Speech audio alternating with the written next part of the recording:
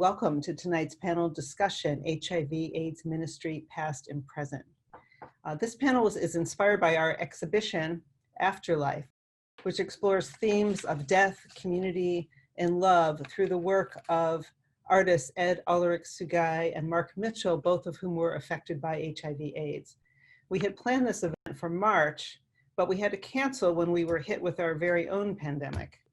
After that, the panelists were more determined than ever before to have this discussion. It took on a new resonance. I'm grateful to them all for being here.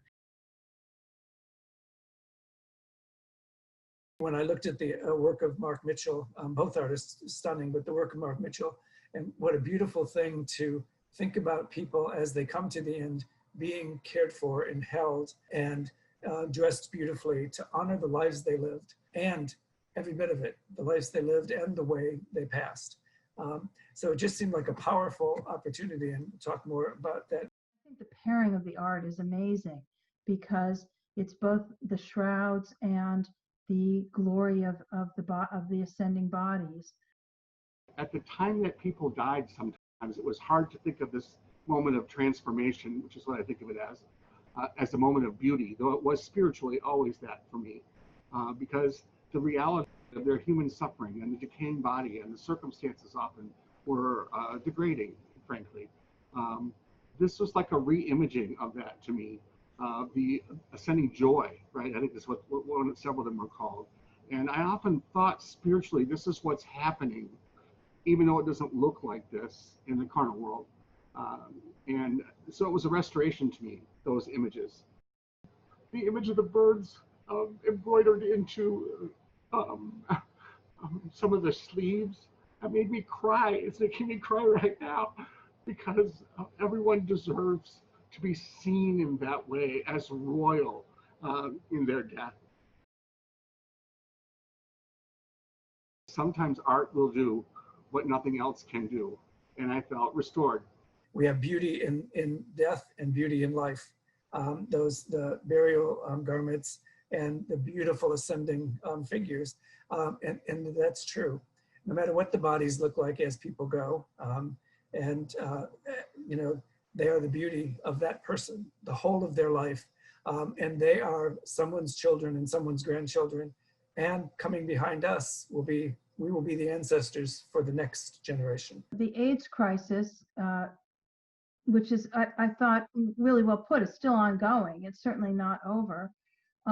Familiarized me with death in a way that is just in my whole soul. COVID hit, and suddenly my ministry is filled with people who are HIV positive, who are re-experiencing trauma. HIV also stole from many the ability to celebrate great lives because they were taken in the atmosphere of fear and stigma and bad religion. Back in the day, coming out was the same phone call as I'm dying. I'm dying of AIDS, and I'm dying because I'm gay.